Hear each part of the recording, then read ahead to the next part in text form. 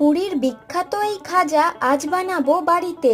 তাই জন্য প্রথমে একটা পাত্রে নিয়ে নিয়েছি 1.5 বাটি ময়দা, সামান্য পরিমাণ নুন আর ঘি দিয়ে ভালো করে ময়াম দিয়ে নিয়েছি। তারপর পরিমাণ মতো জল দিয়ে মেখে ঢেকে রেখে দেব কিছুক্ষণের জন্য।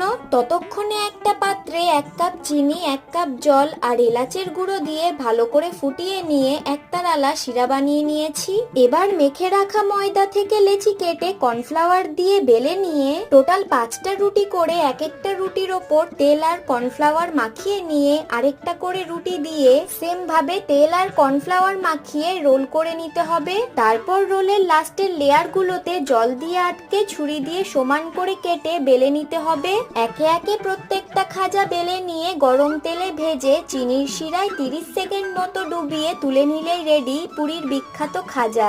রেসিপিটা ভালো লাগলে সাবস্ক্রাইব করে দিও।